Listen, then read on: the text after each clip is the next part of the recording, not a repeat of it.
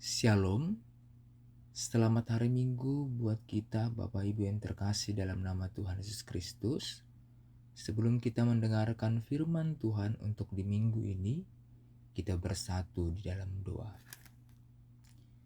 Bapa kami yang di surga, Allah yang penuh kasih dan setia, kami datang di hadapan-Mu di hari Minggu ini, bukan karena kami layak, tapi karena kasih-Mu begitu besar atas dunia ini.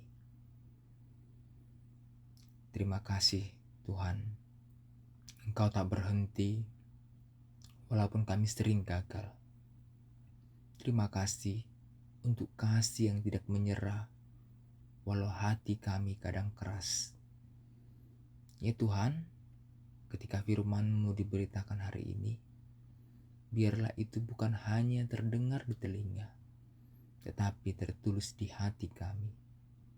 Jika hati yang lelah, sentuhlah Tuhan. Jika hati kami merasa tidak layak, pulihkanlah. Jika ada yang masih ragu, yakinkanlah. Karena Roh Kudus-Mu Tuhan kami yakin dan imani. Lahirkan kembali iman dalam hati kami. Bukalah mata kami untuk melihat betapa besar kasih Allah itu. Pakailah juga Tuhan hamba-Mu sebagai alat-Mu. Jangan biarkan satu kata pun keluar tanpa kuasa-Mu. Hanya di dalam nama Tuhan Yesus Kristus kami berdoa. Amin. Bapak Ibu yang terkasih dalam nama Tuhan Yesus Kristus, di kesempatan minggu ini kita akan belajar mendengarkan firman Tuhan di dalam Yohanes 3 ayat 1 sampai 17. Demikian firman Tuhan. Percakapan dengan Nikodemus adalah seorang Farisi yang bernama Nikodemus, seorang pemimpin agama Yahudi. Ia datang pada waktu malam kepada Yesus dan berkata, "Rabi, kami tahu bahwa engkau datang sebagai guru yang diutus Allah, sebab tidak ada seorang pun yang dapat mengadakan tanda-tanda yang engkau adakan itu, jika Allah tidak menyertainya." Yesus menjawab katanya, "Aku berkata kepadamu, sesungguhnya jika seorang tidak dilahirkan kembali, ia tidak dapat melihat kerajaan Allah." Kata Nikodemus kepadanya, "Bagaimana mungkin seorang dilahirkan kalau ia sudah tua?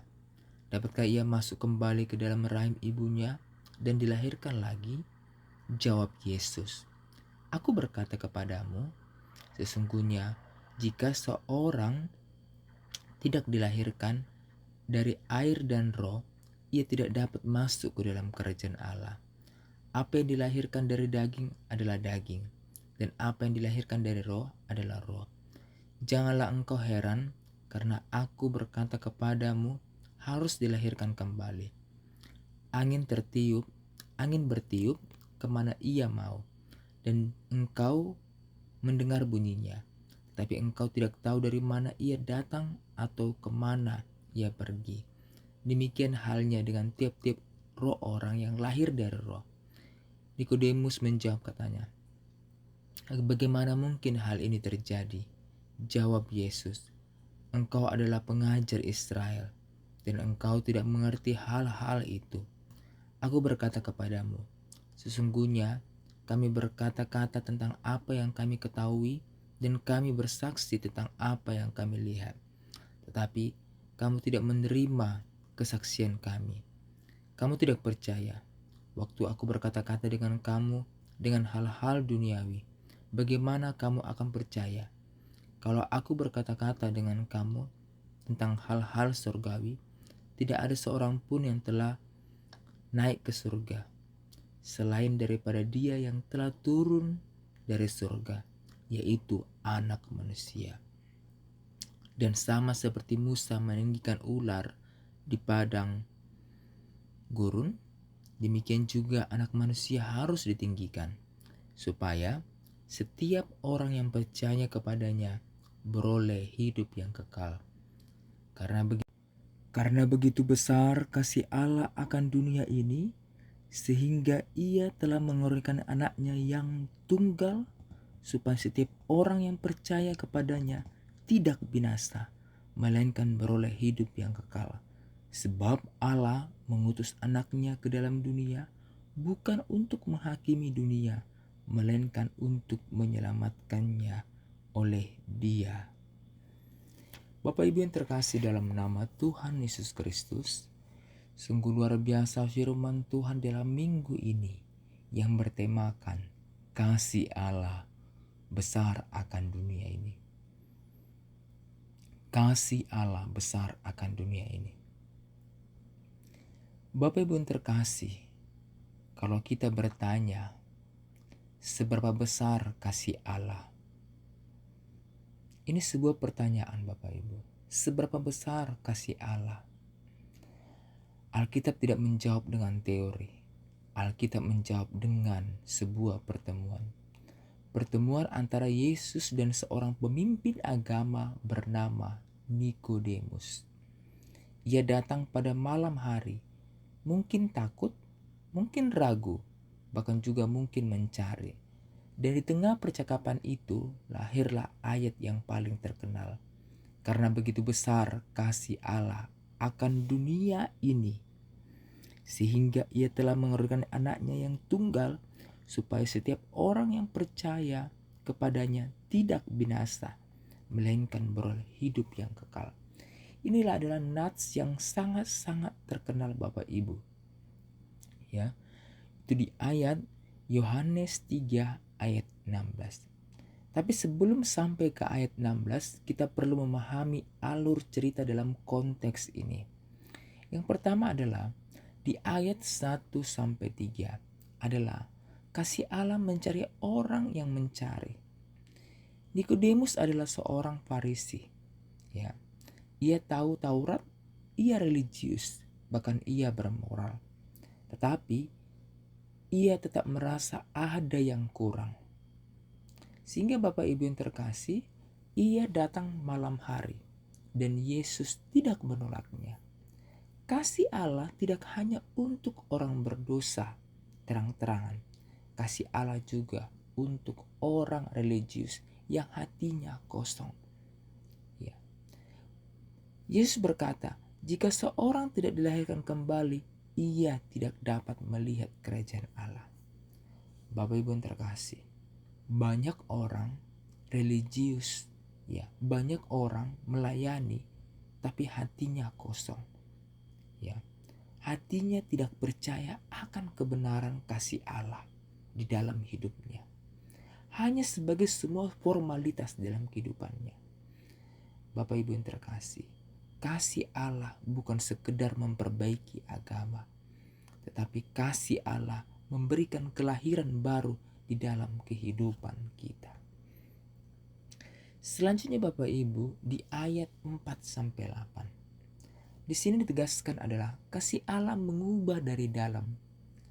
Nikodemus bingung, bagaimana mungkin seorang dilahirkan kembali? Yesus menjawab tentang kelahiran dari roh. Kasih Allah tidak hanya memperbaiki perilaku luar. Kasih Allah mengubah hati terdalam. Agama bisa mengajarkan aturan, tetapi hanya roh Allah yang bisa mengubah hati. Kasih Allah itu transformasional. Ia dapat mengubah dari dalam hidup kita. Sehingga ketika Nikodemus bingung, ya, Yesus menjawab tentang kelahiran dari roh. Kasih Allah mampu mengubah dari dalam. Apa yang ada dalam diri kita, apa yang ada dalam pikiran kita, apa yang ada dalam hati kita, mari kita serahkan kepada Tuhan. Ia dapat mengubah dari dalam kehidupan kita, sehingga kita mampu untuk bertransformasional. Begitu juga Bapak Ibu yang terkasih selanjutnya di ayat 13 sampai 15. Kasih Allah turun dari surga. Yesus berkata kepada anak manusia ditinggikan. Yesus berkata bahwa anak manusia akan ditinggikan seperti ular tembaga di padang gurun. Artinya Bapak Ibu yang terkasih, keselamatan datang bukan dari usaha manusia naik ke surga, tetapi keselamatan datang karena Allah turun ke bumi. Kasih Allah itu inisiatif, ya. Kasih Allah itu inisiatif. Ketika ya manusia ya bukan karena setiap usahanya, setiap kebaikannya, tetapi kita tidak mencari Allah lebih dahulu. Allah yang mencari kita. Ya.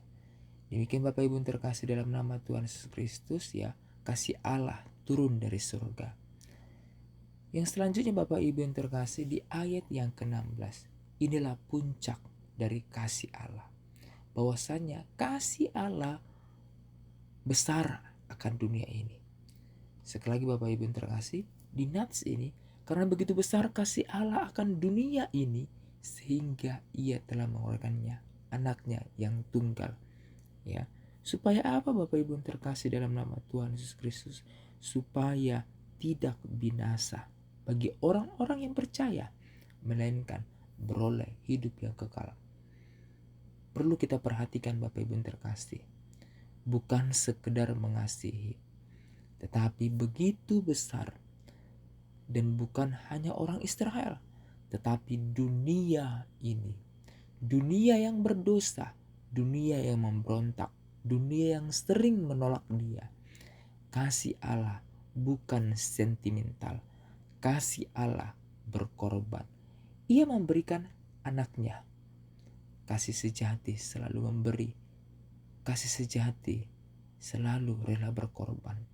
Kasih Allah terbesar selalu berkorban, yaitu adalah memberikan anaknya yang tunggal untuk menebus dosa umat manusia. Yang terakhir Bapak Ibu yang terkasih, di ayat 17, apakah tujuan kasih itu? Nah, disinilah Bapak Ibu yang terkasih, tujuan kasih itu. Sebab Allah mengutus anaknya ke dalam dunia bukan untuk menghakimi dunia, melainkan untuk menyelamatkannya.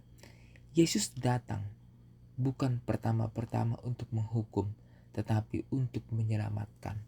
Kasih Allah mendahului penghakiman. Banyak Bapak Ibu yang terkasih, ya, ketika ya orang sudah menolong, orang sudah memberi, ya, yang akan ujung-ujungnya adalah akan ada penghakiman. Merasa benar, merasa berbangga diri kepada orang-orang yang ditolongnya. Itu adalah kasih yang salah. Tetapi kita harus berlandaskan kepada kasih dari Allah yang tidak menghakimi. Kasih Allah yang tidak mendahului penghakiman. Tetapi kasih Allah adalah menyelamatkan. Apa artinya bagi kita hari ini Bapak Ibu yang terkasih? Tidak ada orang yang terlalu berdosa untuk dikasihi. Tidak ada orang yang terlalu religius untuk butuh kelahiran baru. Tidak ada masa lalu yang lebih besar dari kasih Allah. Tidak ada kegagalan yang menghalangi anugerah. Ada seorang ayah, ya, yang melihat anaknya tenggelam di sungai. Ia tidak berdiri di tepi sambil berteriak, "Belajarlah berenang." Ia melompat masuk, ia mengambil resiko, ia menyelamatkan. Demikian Allah. Kita tenggelam dalam dosa. Allah tidak hanya memberi nasihat, tapi ia mengutus anaknya. Demikian Bapak Ibu yang terkasih dalam nama Tuhan Yesus Kristus, firman Tuhan di minggu ini. Kasih Allah besar akan dunia ini. Besar dari inisiatif, besar dalam pengorbanan, besar dalam pengampunan, besar dalam keselamatan. Dan hari ini pertanyaannya sederhana. Sudahkah kita menerima kasih itu? Sudahkah kita dilahirkan kembali? Dan sudahkah kita mengimplementasikan kasih itu di dalam kehidupan kita? Karena kasih Allah bukan hanya untuk didengar, tapi kasih Allah untuk diterima. Amin. Demikian firman Tuhan. Di minggu ini kita bersatu di dalam doa. Tuhan Yesus yang penuh kasih, hari ini kami mendengar firman-Mu kembali, bahwa begitu besar kasih Allah akan dunia ini. Bukan kasih yang jauh, bukan kasih yang samar, tetapi kasih yang nyata, kasih yang memberi, dan kasih yang menyelamatkan. Tuhan, ampunilah kami jika selama ini kami menganggap kasih-Mu itu biasa saja. Ampunilah kami lebih percaya akan ketakutan daripada percaya akan anugerah-Mu yang luar biasa. Tuhan, ajarlah kami menerima kasih itu dengan sungguh-sungguh, bukan hanya di kepala, tetapi di dalam hati kami akan perbuatan kami. Sertai kami Tuhan di dalam setiap aktivitas kami dalam 1 minggu ini. Jadikan kami saksi kasih-Mu di dalam keluarga, pekerjaan, bahkan juga dimanapun kami berada. Hanya di dalam anak-Mu, Tuhan Yesus Kristus Juru Selamat bagi kehidupan kami. Amin.